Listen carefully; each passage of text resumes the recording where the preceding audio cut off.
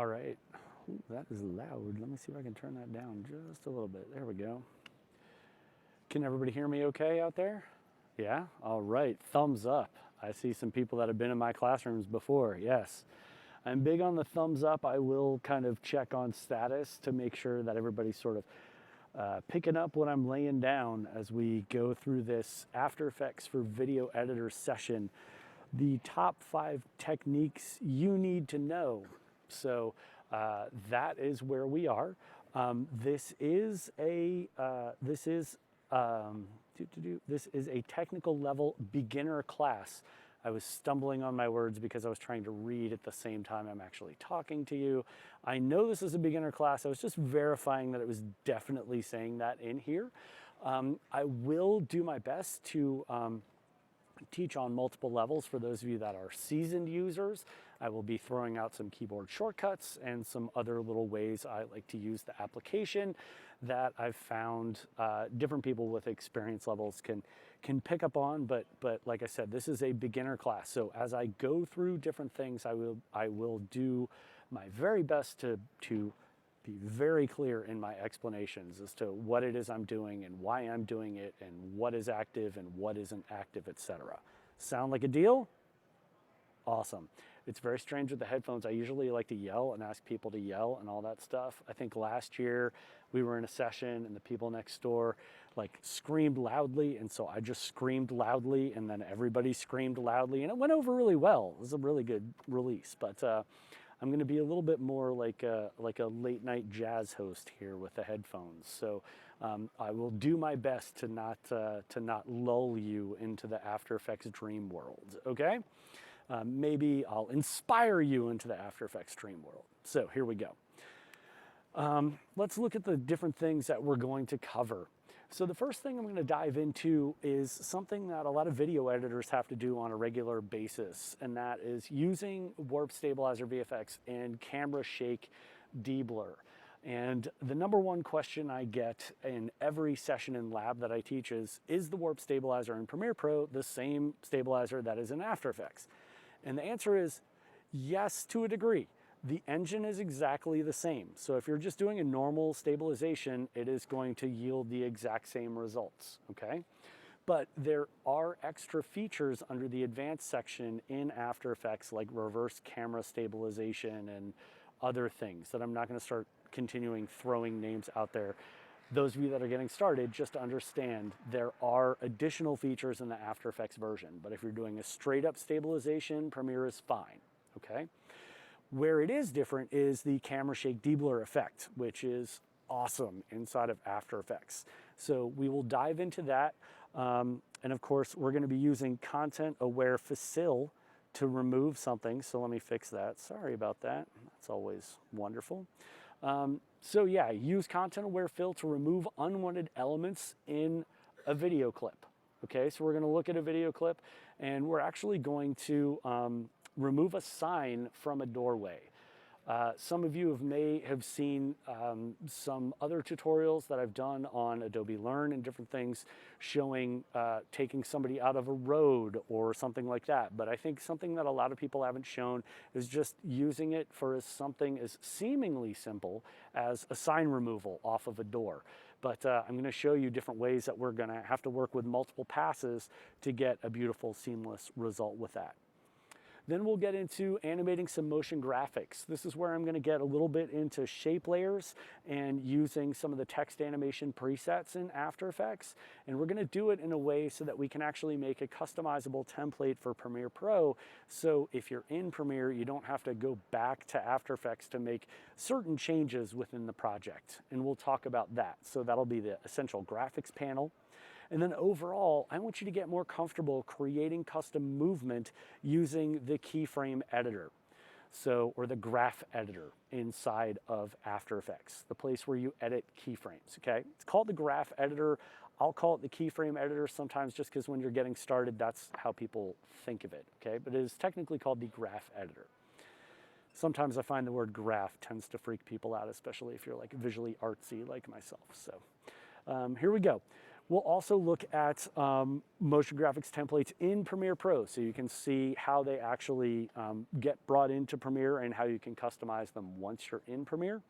And then we'll go back into After Effects and take one last look at the 3D camera tracker, which is an excellent tool you can use to insert graphics. So we're going to actually add a sign back into a scene, and it'll be a sign that I think everyone has had at one time or another in their different projects. So we will get to that. Does that sound like a good thing for everyone? Yeah? All right. Awesome. Awesome. I love the enthusiasm. All right. So please make sure to take your session survey on the Max mobile app. It assures people like myself that hopefully if I get good enough reviews, I can come back here and continue to keep doing things like this, okay? So if you enjoy the class, I ask you to please give me excellent reviews. I really, really work hard to bring my best. And if you feel like you didn't get enough out of this session, track me down. I am totally approachable. I do not mind talking to anybody and answering any questions during Max, okay? Even at the bash, all right? Totally acceptable. I may not be able to hear anything you're saying, but it's totally acceptable, all right? So please check that out. Also, we do have daily grand prizes like the ViewSonic 27-inch monitor. Bunch of letters and numbers. Pretty cool monitor though, all right? So here we go. I'm gonna escape out of here and let's get out of Keynote and get into After Effects. Oh yeah. I know you guys saw this on the way in, but just in case you didn't see it, make sure that your receiver matches the room. This is K1, okay? You can wear your receiver high. You wanna make sure that this area is not covered, okay? You wanna just, like, if it's down here and you hear it breaking up, it's because it needs to be high, okay? All right, so, that's it for that. Let's go ahead and get started with some stabilization. So in my After Effects project, those of you that are newer to After Effects, everything is imported into the project panel. So I will double click on this composition over here, which is in my Stabilize folder. And that's gonna open up my cabin project. And in here, I've got one video layer, and this is a cabin that we're going to work on stabilizing. So let me show you the actual clip. I already have the warp applied, so what I'm going to do is just turn that effect off for a hot second, and I'll preview the clip so you can actually see what it is that we're dealing with. So you can see remarkably stable footage, okay? It was handheld. I'm walking through a park holding a tiny mirrorless DSLR camera, trying to walk and do things, and even the DSLR camera is getting mad at me because it has internal stabilization, and I jerked it so much that it actually caused the internal stabilization to kind of bounce. So this is a little bit of a temperamental clip. Now, whenever you're previewing clips that you're going to stabilize, it's always a wise idea to press the space bar and stop playback for a hot second and just sort of scrub through the clip and see where there might be problematic areas. Now, I want you to note in the lower left corner of the interface, I'm at 50% magnification and my resolution is set to auto. So since my magnification is 50% and my resolution is set to auto, it's viewing at half. So that's perfectly acceptable in this instance in terms of being able to see what's going on, because it's going to render a little more quickly because I'm only looking at a quarter of the pixels. Does that make sense? It's half the size and half the resolution, so I'm viewing a quarter of the pixels. So it's going to be a little faster. But if I'm not sure what this actually looks like at any given moment, what I'm going to do is use the period and comma keys to zoom in and zoom out. So I'll press the period key to zoom in here, and as I scrub through the clip, you can see there's a pretty big bump in this one area right here. And I've added a marker over that area because I know it's going to be problematic, okay? So I'll go ahead and just delete the stabilizer off here. So I'll make sure layer 1 is selected, and to apply warp stabilizer, I'll go to animation and I'll go to warp stabilizer VFX, okay? So it's going to take a hot second to actually look at the clip. And the nice thing about working with Warp Stabilizer is the fact that it actually analyzes the clip in the background. So if I wanted to go to my project and work on something else, I could simply open the project panel. And as you can see, I can open up other projects. And even as I open up another project, you can see I'm not slowing anything down. This is a graphic that we're actually going to be building a little bit later. And this is what we'll be able to customize inside of Premiere Pro. I'm showing you this because all the while, if I go back here to my project here, you can see the stabilization is actually happening. And of course, it helps if I actually have the stabilized project open. Okay, so now you can see the stabilizer has been applied. So if I want to view this clip now, I'm going to press Shift and the / key, which will reframe this viewer. It's the same thing as clicking on this drop down and saying fit, okay? So can everybody see okay, like when I'm talking about these things? Okay, awesome. I'm gonna press the space bar here, and that's gonna go ahead and preview the clip, and you can see immediately over that section, it is infinitely better. Would you agree? It's much better. It's not having all those bumps and all that sort of thing, right? But if I go ahead and change the magnification up to 100%, and I scrub through, you can see I've got some problems. So I added these markers so I could move my current time indicator to this specific area. So the way you add composition markers is Shift and then the number on your keyboard. So I did Shift 1 and that added a number where the current time indicator was. So now if I just press 1, I'm going to move to that individual frame. And here you can see I've already got a problem on this frame because this text is rather blurry. And even though we will be removing this sign, the edges of the door are blurry. Does everybody see that? Yes? Okay, awesome. So I need to fix this. So in order to fix this, I want to go ahead and use the camera shake deblur effect. Now, before I apply the camera shake deblur effect, what I want to do is select this layer and go up under the layer menu and choose pre-compose. The reason I want to do this layer is now, I want to move it with the effect into the pre-comp. So the warp stabilizer is applied to the video layer and then they are brought in together into the next composition. This is setting the order of operations. Any of you in my labs earlier saw order of operations? Some of you? Yeah. So it's really important because Warp Stabilizer VFX is a very powerful effect, and when you start layering other effects on top of it, sometimes things can get a little dicey. So pre-composing Warp Stabilizer VFX is a really good way of getting around that. So I went ahead and I renamed the pre-compose and I clicked OK. I'm not going to do that right now because I already have a project where the pre-comp actually is. So I'm going to go ahead and open that project right here and talk through it. So here you can see this is that problem frame. And when I pre-composed, instead of the video clip now, you can see I only have this one composition in the timeline. Does everybody see that? Okay. So now I went up under Effect. I went to Blur and Sharpen, and I chose Camera Shake Deblur. And when I applied that, it got loaded up in the layers panel here, okay? So immediately you can see as I toggle that effect on and off by clicking the FX button here, you can see a drastic difference on the door. So see the sign here? I'm gonna go over here and I'll toggle it off. And you can see how blurry it is, and I'll toggle it on. And you can see how much sharper it is. Does anybody think that's remarkably impressive? Yeah. I think it's awesome. It is one of my favorite things inside of After Effects, especially when it comes to fixing things. So there are some minor settings within here, and then we'll move on to the next section, okay? So under Camera Shake Deblur, I want to go to the blur duration, and there are different settings, 5 frames, 7 frames, and 9 frames. These are the number of frames on either side of the current time indicator that After Effects uses to determine how to best sharpen that individual problem frame.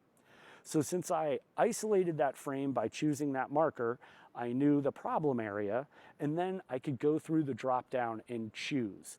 Honestly, 5 frames works 9 times out of 10, but sometimes 7 cleans it up a little bit better. And on a very rare occasion, you might want to go all the way to 9 frames if it's an egregious bump. I like to show people 7 frames because it doesn't bring my system to a grinding halt, and it still does a wonderful job actually giving me a good preview as to what's going on, okay? So the next setting here is the deblur method, standard and high quality. I gotta be honest, 9 times out of 10, I just switch it to high quality. Unless you're working on a slower computer system and time is becoming problematic, I usually set it to high quality. You can use standard, just like anything with video, whatever is acceptable to you. If you're just creating something that's going to go up on YouTube and be consumed 90% of the time by one of these, you may not need to be pixel picky, if you will. Does that make sense? All right, so choose whatever works best for your system. Now, I want to talk about strength. If I open up my strength setting here, I could drag the slider and increase the strength up to 200%. I have to warn you, if you crank up the strength too much, sometimes you can introduce artifacting into the problematic areas. Now, if you have camera shake deblur applied, you've gone through the blur duration, you've changed the deblur method, and it's still not strong enough, what I recommend you do, instead of actually increasing the strength above 100, is to click on camera shake deblur and press Command or Control D to duplicate the effect. And that will apply the effect twice. And believe it or not, applying the effect twice is actually a little bit better than cranking up the strength. They gave you that option because sometimes it does work perfectly well. But if you are a super nerd like myself and dig into the help menu, you'll notice this is one of the tips they actually give you. If it's not sharpening enough, go ahead and apply the effect twice before you start cranking the effect up any higher. Does anybody have any questions about any of that? Is that new to anyone? Is anybody learning anything out there? Okay, awesome. That's exactly what I like to see. All right, so let's go back here under the double arrows. And like I said, if you are not picking up something or you want to learn something else, please feel free after the session, come up and grab me and we can nerd out about After Effects, all right? So now, how is that pace? Is everybody doing okay? Good? Do you want me to pick it up? Yes? Slow it down? Some pick it up, some no, not so much. Totally acceptable, totally predictable, no worries. We'll get it squared away, all right? So the next one is content aware fill. And this is where I'm gonna be a little bit more picky than I usually am. I like to give challenging examples to people. So I'm gonna open up the 00 cabin door content fill pre. I like really long names for things, okay? I called it 00 because this is in essence pre-production. Whenever you're working with content aware fill, what you need to do is specify the area that you want to fill with the content, okay? So in order to do that, you actually have to do a little pre-production. So in this instance, I selected layer 1 and I went up to the tool panel and I grabbed my rectangle tool. And since layer 1 was selected, when I dragged around the sign, it added a layer mask, okay? Then I went down here and I changed the layer mask to none so I could actually see it, okay?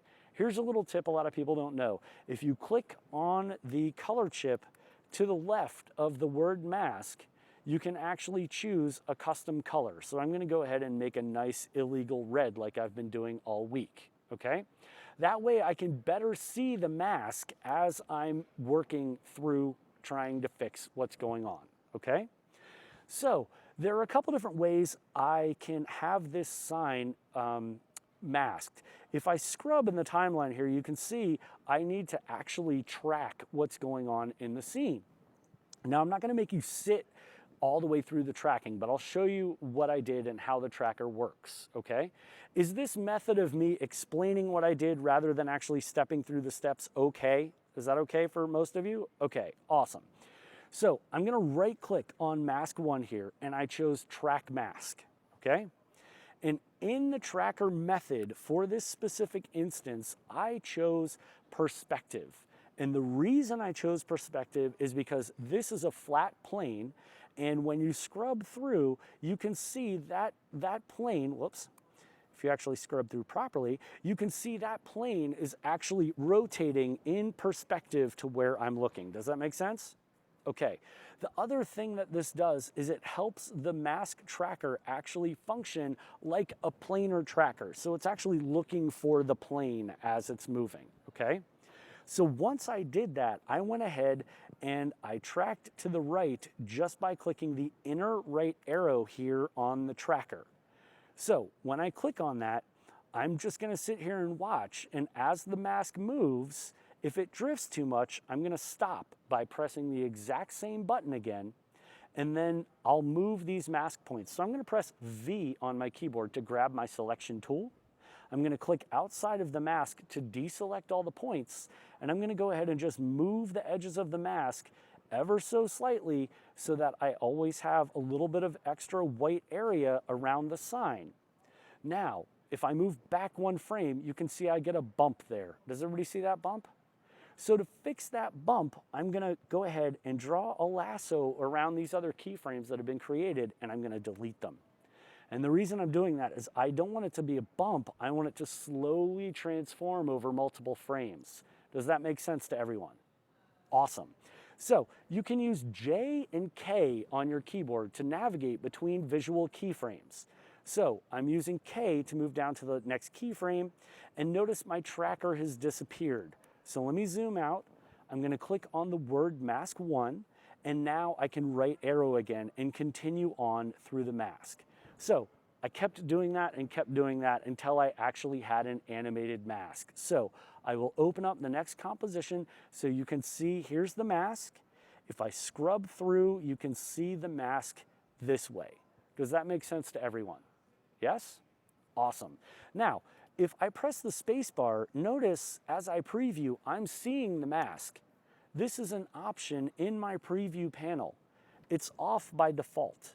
So most of the time when people work, they'll scrub like this so they can see the mask. But then if they press the space bar, the mask disappears. If you want to see the mask as it's playing, open the bottom of the preview panel and go right here and enable that mask toggle button. Now when I press the space bar, you can see that mask and I can watch it as it moves over top of the door. Does that make sense to everyone? Awesome. So once I've got this mask, then I want to go ahead and do a content aware fill. This was multiple steps for me, okay?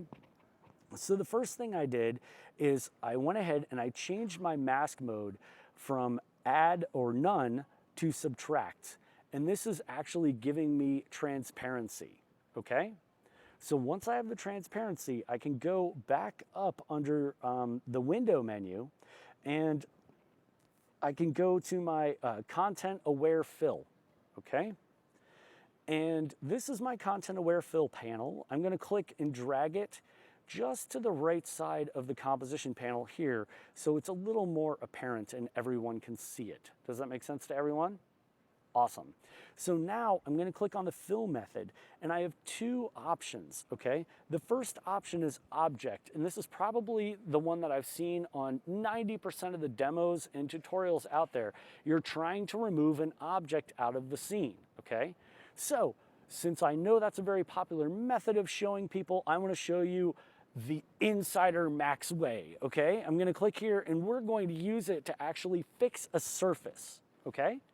So I'm going to choose surface as the option, and I get options in terms of how long I want this to fill.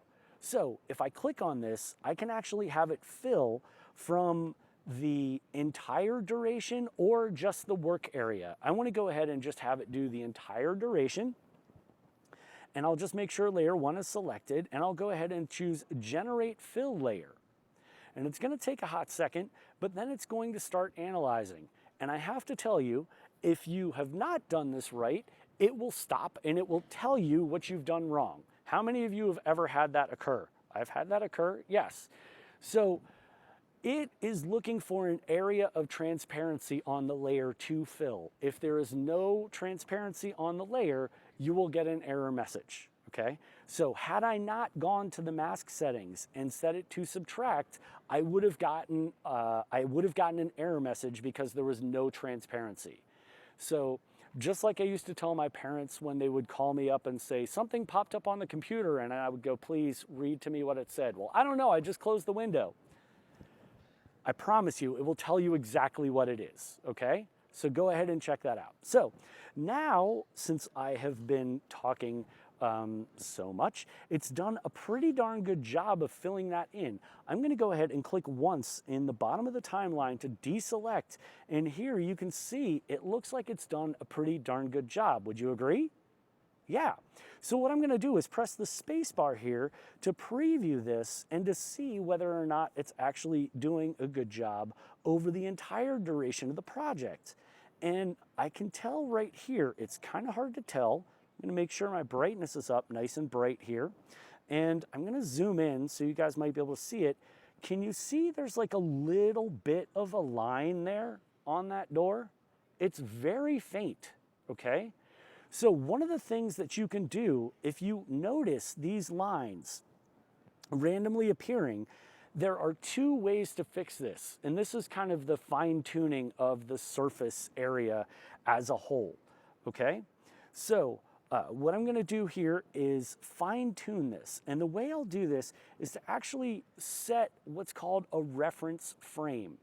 So I'm going to move my current time indicator back up to the beginning to where things look the best, okay? And then I'm going to go here and I'll choose Create Reference Frame.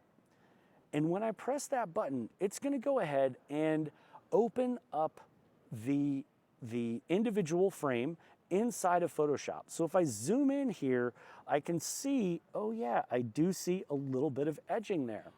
So whenever I have edging like this, the tool that I like to use inside of Photoshop is the Spot Healing Brush tool, because I can very simply just drag along the edge of those lines and it will fix that area, or it will add little spots, which I definitely don't want to do. So there we go. I'm just going to keep dragging through. There we go. There we go.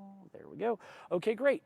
So now this looks good. So I'll go ahead and just press Command S on the Mac or Control S on Windows to save, and I'll pop back over into After Effects. Now, I want you to note, I have my fill, so I can't see what I just did inside of Photoshop, okay? So I'm gonna turn the visibility of layer 1 off, and that's gonna reveal my reference frame, okay? And then I'll select the layer again and I'll go back over here and I will generate a fill layer again based on that individual reference frame. So it's going to give me another pass as it actually works to generate the fill. So notice I left the one fill that was unsuccessful in there, and now I'm generating a second pass, okay? So this is very common in visual effects workflows to actually combine multiple passes to get the best possible results, okay? So there's gonna be one more pass here that we can actually use to further refine the edge of what's actually happening. So I'm gonna click down here in the bottom, and now this latest fill is actually gonna do a pretty darn good job. And even in this area where I have a little bit of lens flare happening here, it's not too bad. But I can still see, like in this one little area, I've got some problems around the edge. Does everybody see that? It's very fine, okay? But precision is our goal. So I'll go ahead and select this again. And this time, for that pass, what I want to do is go up here under the fill method, and I want to choose what's called an edge blend. So I'm going to go right back to the beginning here again. I'll turn off that second fill, and this time I'll go ahead and choose to generate a fill layer, but it's going to generate an edge blend, and I'm going to blend the edge over top of the multiple passes. Does this make sense to everyone? Yes? No? A little bit? Okay, what an edge blend does is it helps in this specific instance. Sometimes when you have a selection and you've cut out the edge, you'll see like a half a pixel little space all the way around. And this goes to actually help fix that one specific little area. And when it does that, it does a great job of actually blending that edge back in, assuming I don't accidentally click on something else, okay? So now I've successfully actually masked out and replaced that sign using content aware fill. Was that cool? A little bit? Woohoo! All right, cool. I'm not above begging. All right, all right. I guess, well, yeah, clearly I am not. All right. So anyway, does anybody have any questions about content aware fill up to this point? I know this is a very dangerous thing that I'm doing right now with such a large group of people, but I want to make sure, are there any particular questions with content aware fill in this context? Yes. Can it do patterns? Yes and no. So when I've had, that's a very good question. Can it do patterns? Like let's say it's wallpaper and I'm trying to patch that one section and there's a pattern. What I would do in that individual instance is do the reference frame technique. So I would park it on the one frame, do a reference frame, go into Photoshop, make the pattern perfect. I would tell it to generate a fill. And then if it started getting off track on the next frame, I would actually trim that fill. So the good frames stay, and then the bad frames, I would do yet another reference frame. So each time it goes off track, you can stop and create another reference frame. I've had projects where I've had 7 or 8 different reference frames in order to actually have it do a wonderful job. But the advantage of doing it this way, as opposed to trying to do it the old school way, frame by frame inside of Photoshop, is the fact that as it's generating the fill, it's doing little things like trying to account for stuff like this, like the lens flare or the random lighting changes that occur over multiple frames that you may not necessarily see when you're working on an individual frame basis. Are we good? Yeah? Okay, awesome. So let's move on to the next section here. I'm going to go to the 0304 section for my presets and the keyframe editor, okay? So we're going to build an animated title. So I'm going to go ahead and double click to open the 01 Harbor Start composition. And just so you can see what we're going to build, something close to this, I will open the 02 project, okay? And I'll press the space bar to preview. And you can see I've got some animated text. I have some custom keyframes, I have some shape layer animation, and all of this was created inside of a single After Effects project. So let's go ahead and get started. I'll double click in here, and the first thing I want to do is label this layer so as I'm getting it ready for a template, it's not going to render as a part of the graphic. Does that make sense to everyone? A little bit. It'll make more sense as we keep going, okay? I'm gonna right click on this layer and I wanna go ahead and set it as a guide layer. So I will see it here, okay? But since it's a guide layer, even if I toggle my transparency grid off and on, it's gonna look like it's filled in.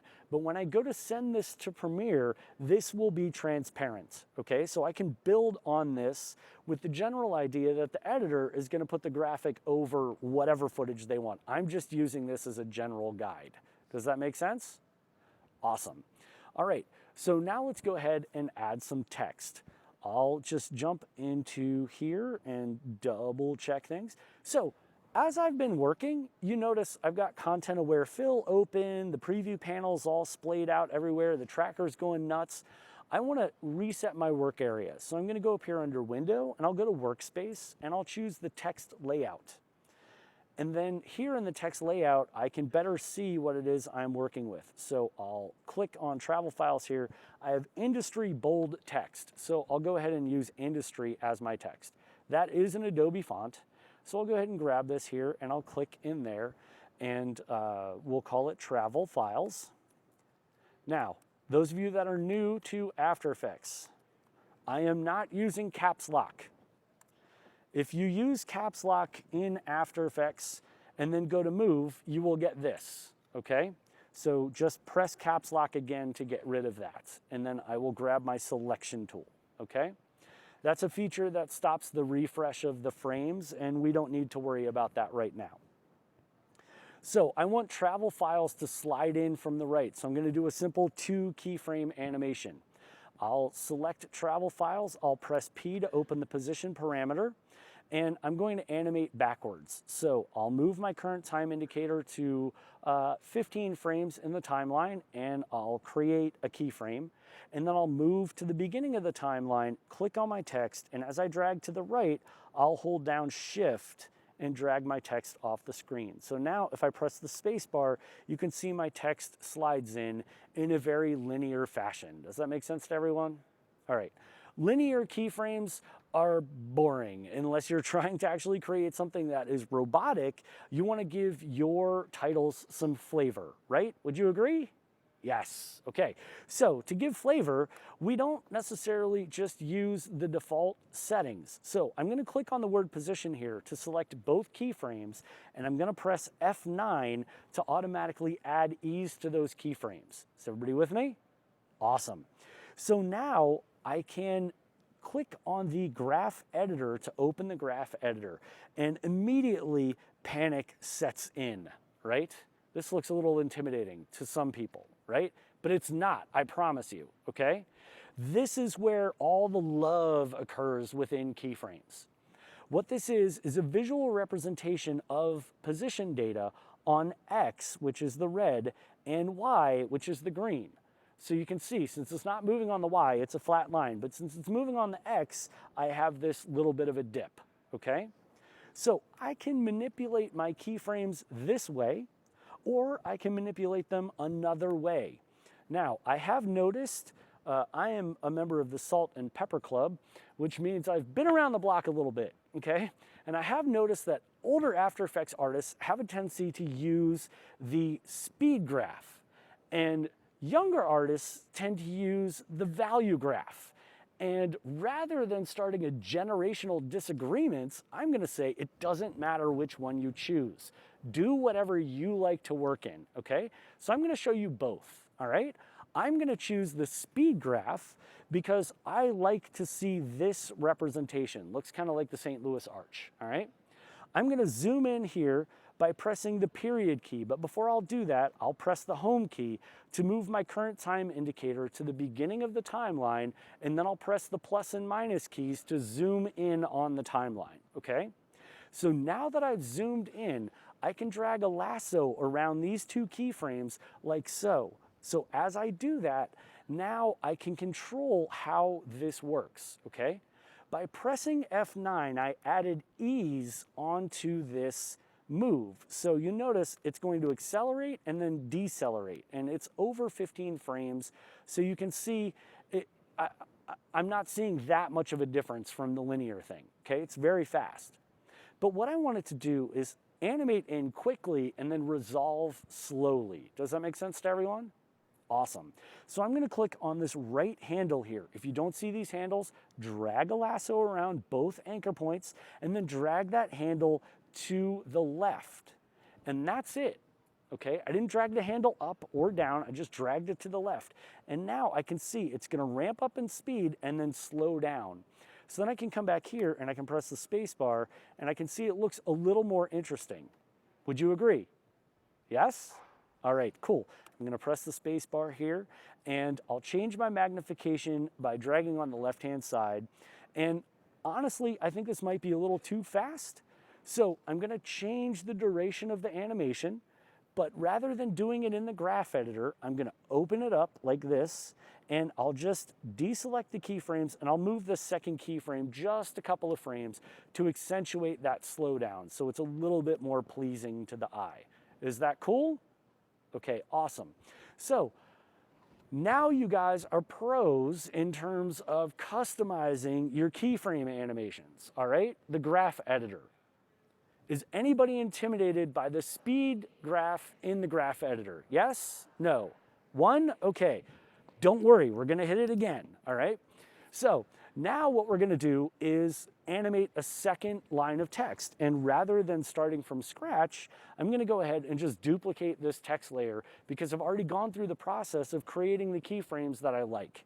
So I'll select layer 1 and I'll press Command D on the Mac or Control D on Windows to duplicate. I'll press the U key, which I like to call the Uber key, which is going to reveal any animated properties, okay? Those of you that are advanced After Effects users, If you press the UU key, it will not only show you the animated properties, UU key meaning the U key twice rapidly, it will also show you any parameters that have changed from the default settings. So this will be really cool later when we're working with shape layers, because if you ever get into shape layers, there are layers upon layers to drill down in to make adjustments. And if you use UU, you can just jump right to the one adjustment. Does that make sense?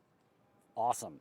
So I've duplicated that layer, and I wanted to see the keyframes because I like to see how the keyframes relate to each other within all of the animations. So I'm going to slide this duplicate layer to the right, so the first one comes in and then the second one comes in like so. But of course I don't want it to stop there. I want it to stop to the right of the other text. Does that make sense?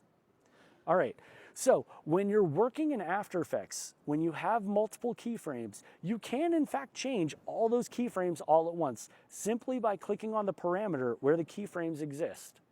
As long as the current time indicator is on one of those two keyframes, now when I click on the words and I hold down Shift and drag, I am moving both keyframes at the same time. And I got a visual representation of that. I'm going to show you one more time. Notice as I'm dragging, see this here? This is the first keyframe.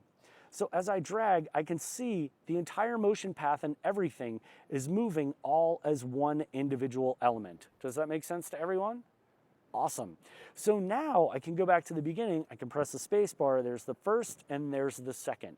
So of course I need to change this text so it's a little more of a subtitle. So I'm going to double click on the letter T and I'll say Puerto Rico, Puertorico. I promise I can spell. All right. So I'll click on my selection tool to set that text, and to make it more of a subtitle, I'll add visual hierarchy and I will change it to book, okay? So now people not only see the first thing, they also see the second thing, but there is a sense of hierarchy between those two words. Does that make sense to everyone? Awesome. So now that we've animated some text in, I want to animate the text out. But before I do that, I want to do some shape layer animation. How's the pace? Is this okay? Good? Okay, awesome. So for shape layer animation, I'm going to come down to the bottom of the timeline and click once to make sure absolutely nothing is selected, okay? So as I make sure nothing is selected, now I can come back up to my create tools and I'm gonna click on my pen tool and I will choose the pen, okay? Then I'm gonna come over to the fill and stroke options.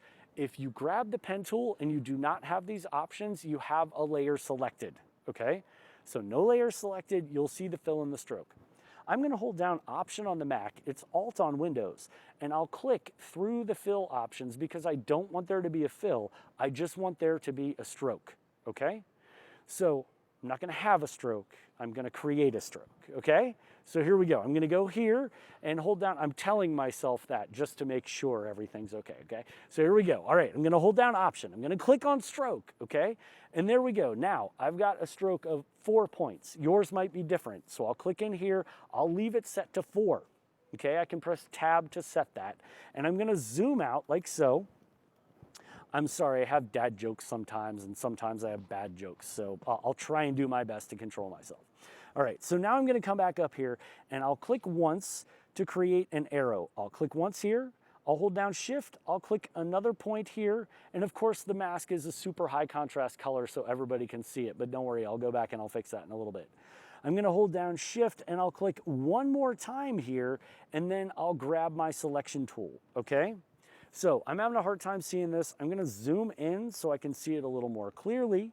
And I'll grab this last anchor point tool and I'm just going to line it up a little bit better so that I can actually see each of the individual sections here. And yeah, there we go.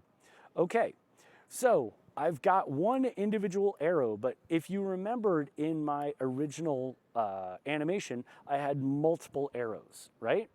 So what I'm going to do is add a thing called a repeater. So a repeater happens when you select the shape layer and you can open up its options, and under the contents here on the right, I can go to add. And so I'm going to go ahead and add a repeater. And here you can see I'm adding a repeating shape. And to see the repeater options, I'll twirl down that arrow and I'll open up the transform properties. So what I like to do is verbalize what's going on. And just so I can see things more clearly, I'm going to press the period key to zoom in a little bit. And I'll press and hold the space bar to temporarily grab my hand tool, just like in Photoshop. And I'll click and drag to reframe, okay? So here, I have a repeater. It's making 3 copies. Those 3 copies are being transformed on the position based on 100 pixels for the X. Does that make sense? So if you ever don't know what's happening in a shape layer, literally verbalize it to yourself. So here I'm going to scrub on the X parameter and I'm going to drag it to the left like so, because I want them to go to the left, all right? And then I'm going to increase the number of copies like so. And to reframe the magnification, I'll press Shift /, which is also the question mark key, okay? So I'll just increase the number of copies like so, and offset is a parameter that you can use to offset all of those individual elements, okay? So I can animate the offset of these individual arrows. Does that make sense to everyone? It's similar to animating the position, but it is still different. So what I'll do is take a hot look at my shape layer just for a quick second here. Yep. All right. So when I created this shape, the anchor point for this layer was in the middle of the layer. Does this make sense to everyone? So if I open up my transform properties for the layer and I go to rotate this layer, it's going to rotate around the center of the composition. Does that make sense to everyone? Okay. Since I only have one set of shapes on this shape layer, I want to recenter this anchor point. So I'm going to use one of my favorite keyboard commands. It is actually Command Option Home, and that will automatically center the anchor point on your new shape layer, on the shapes on the shape layer. Does that make sense? Okay, cool. So the reason I'm doing this is because when I go to animate the offset, I want to actually transform the layer for the other arrows. So let me show you what I mean. Doing exactly like what I did for my text layers here, I'm going to go ahead and animate the offset of these arrows. So I'll make sure my current time indicator is at frame 0. I'll scrub the offset off to the left side of the screen. I'll add a keyframe here. And I'll go to about 24 frames and I'll scrub the offset again so I can actually see where the lines are going to be. And I'll scrub them to something like that, okay? And so now if I come back over here, I can press the space bar and you can see I've got linear animation and I have non-linear animation. Does everybody notice that? So I need to add the flavor back into this individual group of arrows. So to do that, I'll drag a lasso around those 2 keyframes and I'll press F9, which is going to add the ease in there.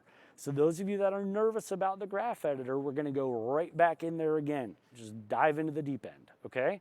I'm going to, with those keyframes selected, open the graph editor and whoa, look at that. The graph's going the opposite way. It's going the opposite way because I was dealing with negative numbers. But if you use the exact same set of rules like we had done before, I can move my current time indicator to the beginning. I can use the plus and minus keys to zoom in and zoom out so I have a little bit better reference. And I'll drag on the handle to the left. And I'm being careful not to drag down because this is actually changing the value of the keyframe, which I don't want to do. So I'll drag it to the left like so.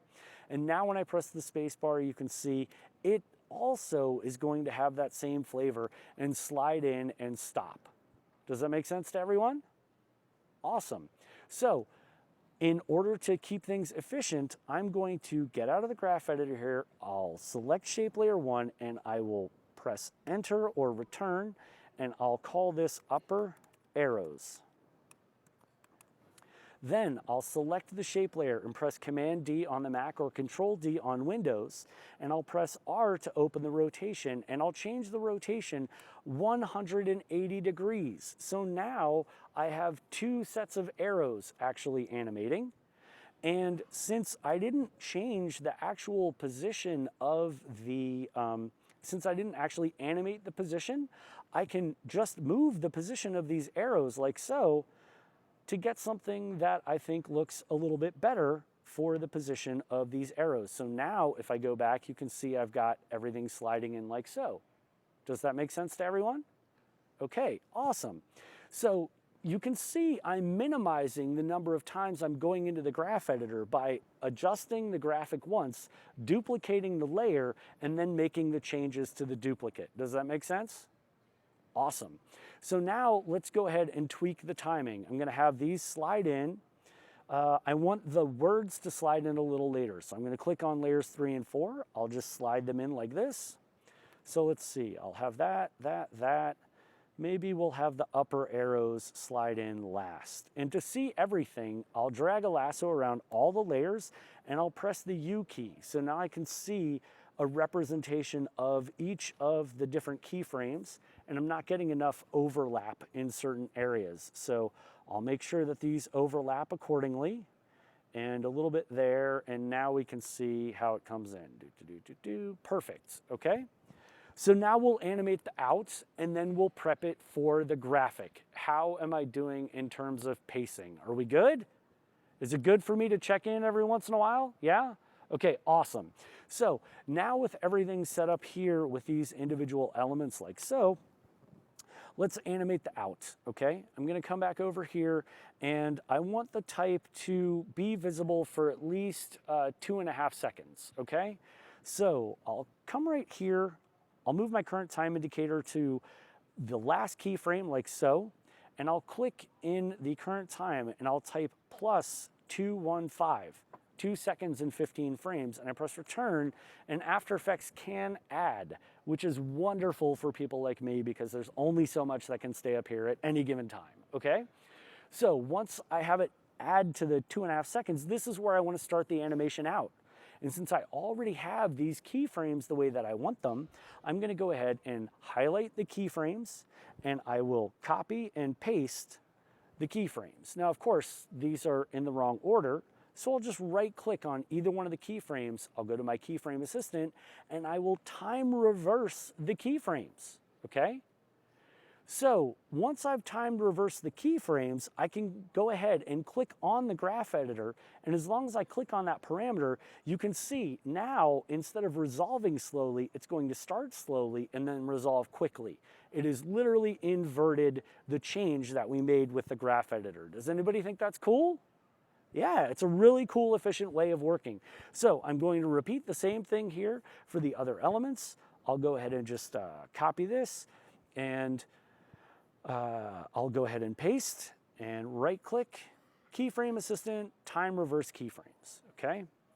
And notice I'm not doing multiple keyframes on multiple layers. I have to do each set of layers because otherwise it thinks I'm trying to duplicate the layers, which I'm not doing, okay? So I'll copy this, and actually, you know what? For the text, instead of having the text slide out, I want to have the text fade out character by character. So we're going to use some of the presets that I talked about using in the description of the class, okay? So to do that, I'll go ahead and position my current time indicator roughly where I want the words to start to type out. So right about here, 4:05, okay? The key is to get the keyframes in, then you can go ahead and manipulate them later, all right? So I'll select Puerto Rico because I want that to start fading out first. I'll go to my Effects and Presets panel and I'll type the words fade, and I have a couple different options here. I want to go to the Animate Out section and I want to fade out by character. So an easy way to apply this is to click once on layer 3, making sure that it's actually selected. Then I'll go ahead and just double click where it says fade out by character, and it doesn't look like much has happened. But if I press the U key, once I've actually double clicked on it, there we go. If I press the U key, you can see there are my keyframes, okay? So now when I press the space bar, you can see it's gonna fade out letter by letter. And of course, the default settings, it's a little bit slow, right?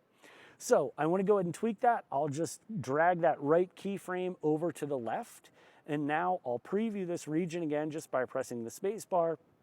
And even though it wasn't quite in real time, I think that looks pretty good. So I'll have travel files start to fade out shortly after Puerto Rico. So I'll go ahead and select travel files, and I'll double click on fade out characters, select the text layer, press the U key, and then here I will shorten up this rightmost keyframe like that.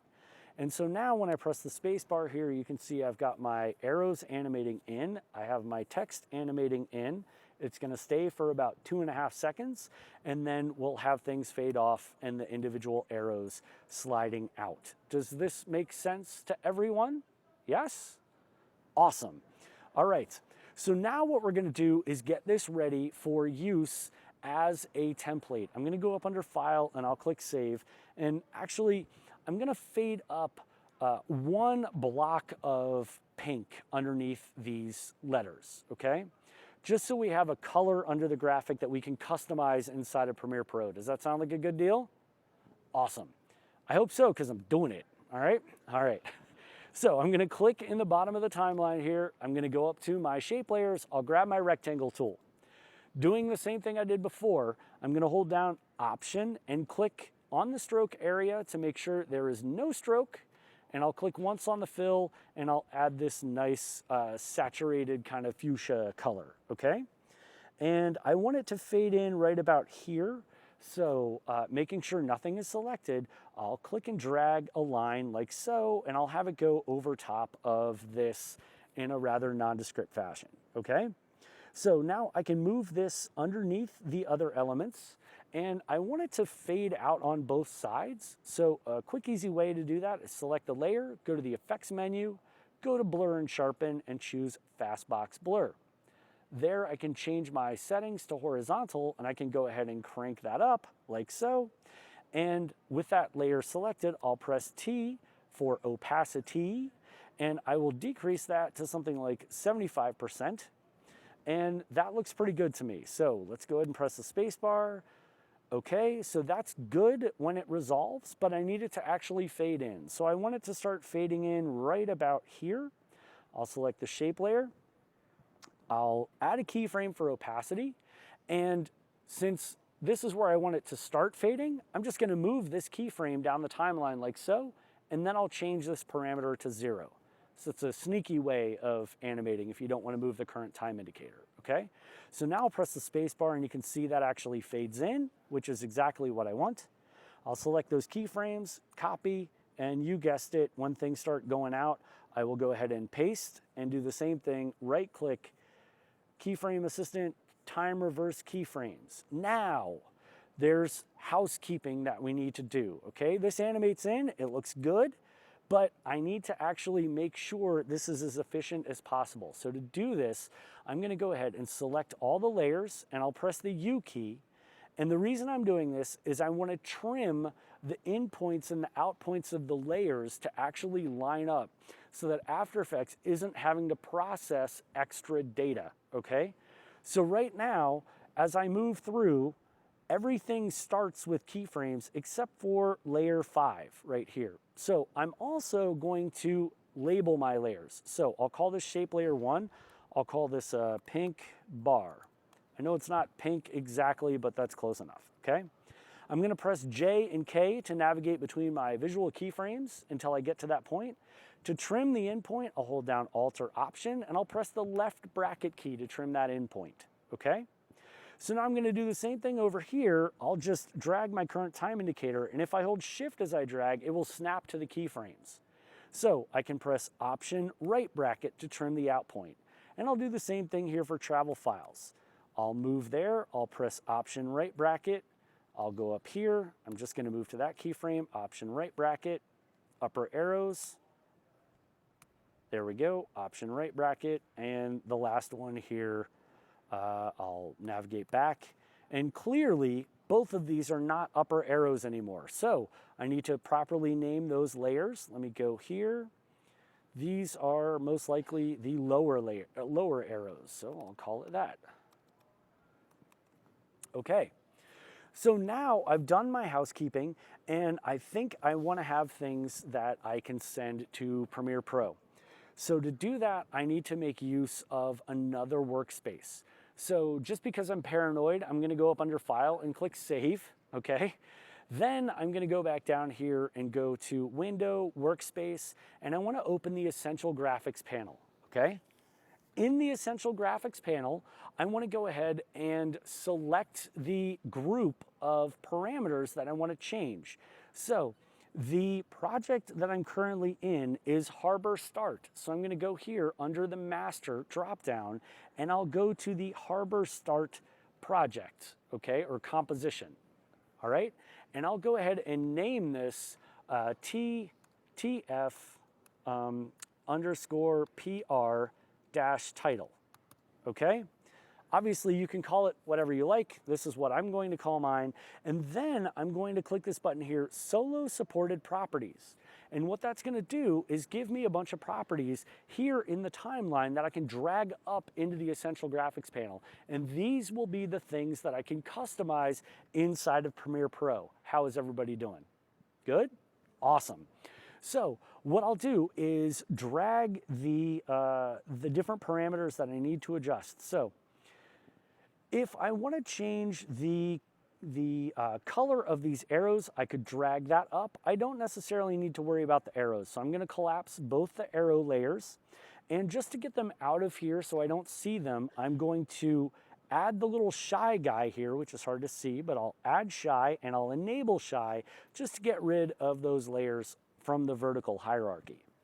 Now, if I want to customize the color of the text, I need to actually go to the text area here and go to animate and add a fill color.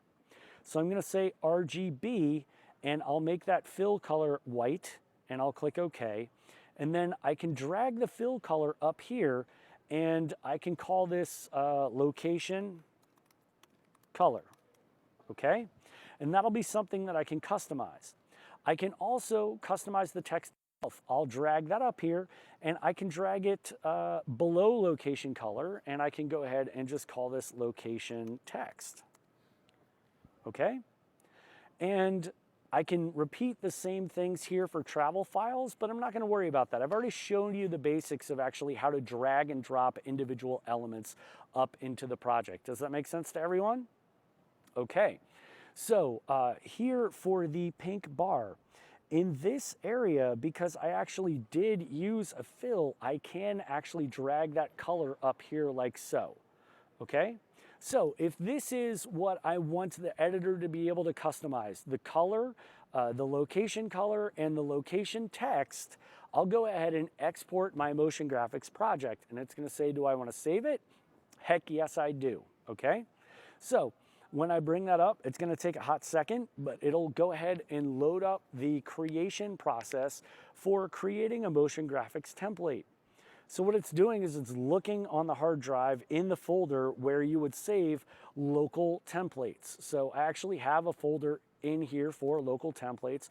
I can go to local drive and specify a location, or I can choose any one of the tons of libraries that I clearly make extra use of in my projects, okay? If you're working in a work group, using libraries is great because when you save it up there, anybody that has access to that library can now use that template. Does that make sense to everyone? Awesome.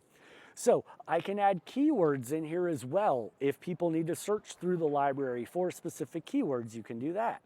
I'm going to click OK, and it's going to go ahead and export, and it's going to take a hot second to package everything up. But once it packages it up, it's going to become available inside of Premiere Pro. So I'm going to wait just a hot second here, and I will jump over into Premiere Pro, okay?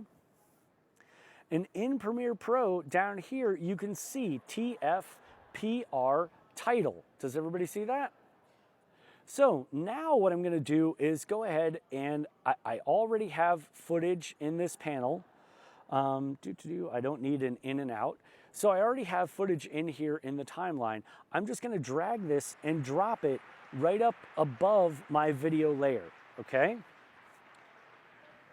So it's going to take a hot second to load this, but once it actually loads this, you'll see I actually have the file elements here in my project. And if I double click on the template, I can open the effect controls, and right here, if I want to change the color, I can go ahead and change the color to something different like so, and it will update accordingly. I can do the same thing with the text here. If I want to say the islands, okay, I can do that, and now that's customized. What's awesome about this is now if I need another alternate version, I can hold down Alt or Option and drag, and for this new version, I can go ahead and double click, go into my effect controls. I can change this one back to that pink fuchsia color, and it will update accordingly once it's not angry at me. There we go. Travel files, the islands, pink, okay? Travel files, the islands with the blue. Does this make sense to everyone? I could update the text and just continue making changes accordingly. So whatever it is I set inside of After Effects, I can now adjust here inside of Premiere Pro. Does anybody have any questions about this whatsoever? Yes? No? Yes. Question over there. I'm sorry, I couldn't hear you. What? What about the kerning? Yeah. So if you want to add things like kerning or tracking inside of After Effects, what you need to do is go to the Animate Properties and then add something like tracking. So then when the tracking type actually comes in here, let's see if we can solo that. Solo supported properties.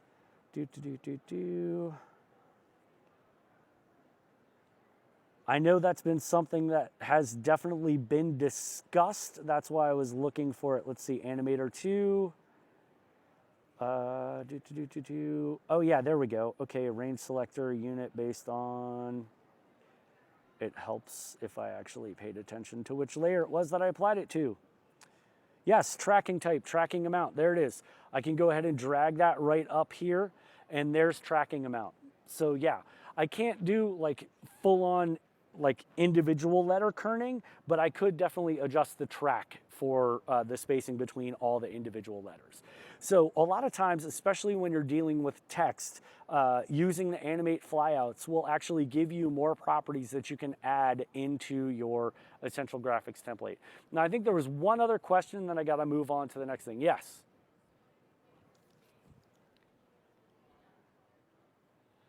If you want to delete it out of Premiere Pro? Yeah, okay. So I'll repeat this because I have the microphone. Can everybody hear me? Awesome. So what if you want to delete the template out of Premiere Pro? I would go to my templates folder, and you can just right click directly on the template and then choose delete. There we go. All right. So yeah. Let's hop back into After Effects because I want to show you one more thing, and that is the camera tracker. Believe it or not, we've gotten through the 5 main points, or the top 5 things. Now you're in bonus land. Is anybody happy about bonus land? Yeah, there we go. All right. Just for the fun of it, just so everybody else can go on, can we just like scream? Just go, woo! Can we do that? Yeah? Okay, 1, 2, 3. Yeah! All right, bonus land. Perfect. Thank you. I'm not at all competitive. All right. So here we go. We're in the bonus land for the camera tracker. I'm going to go ahead and double click on the camera tracker here, and we're back at our wonderful little cabin, okay? Yeah, exactly. That's my friend Robbie, so I'm sure he's doing it to mess with me. Okay, okay. All right. All right, so now I've got this selected. Let's go ahead and see if we can do some animation camera trackers. Okay, so I'm gonna select layer 1, and you'll notice layer 1 is the pre-comp that has the fill that I had done earlier, okay? So you don't have to render it and then bring it back. So now with that selected, I'll go to animation and I'll go to track camera.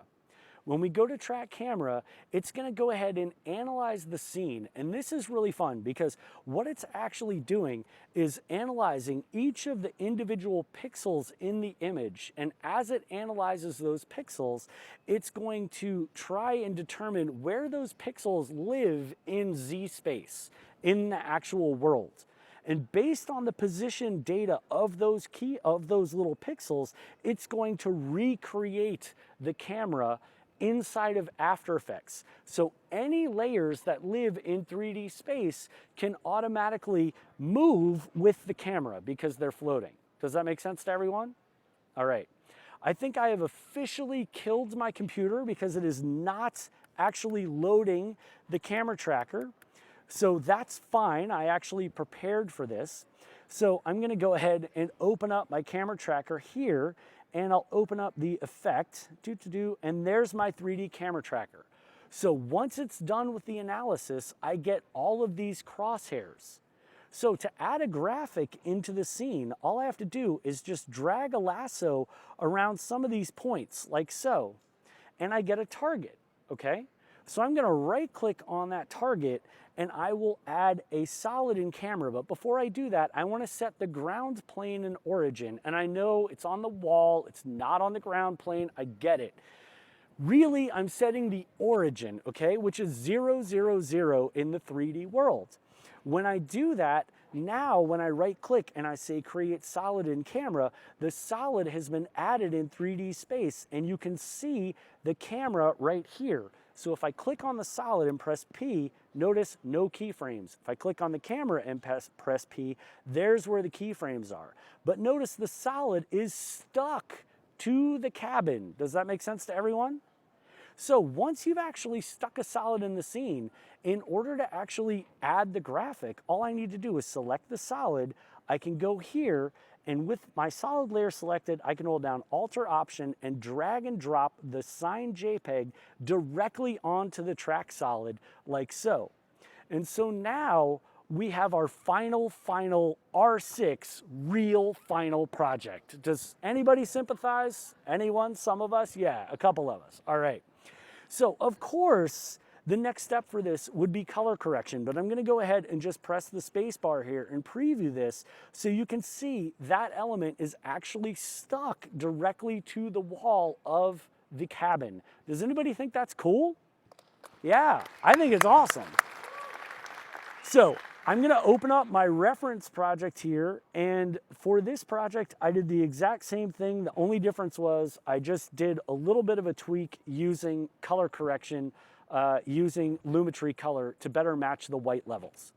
But that's it. So I hope you guys had a blast with our little whirlwind tour of the top 5 things you need to know in After Effects. Does anybody have any questions? No? Yes.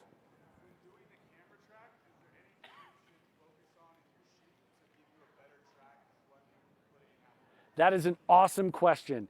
When you're actually on a shoot, is there anything you can do to give yourself a better track? And the answer is twofold. 1, smooth camera movements always win the day. But 2, specifically for areas like this, I definitely cheated because the lines on the wood give you a nice high contrast thing for the camera to actually track. If it's a solid color, I'd put little sticky buttons or little sticky stickers up on the wall so that it actually had something to track just in case. You want to have some contrast and texture. So if you have any other questions, please feel free to come up and ask me at the desk. You guys have been awesome. Thank you so much. Have a wonderful Max. Hopefully I'll see you at the bash tonight. Take care.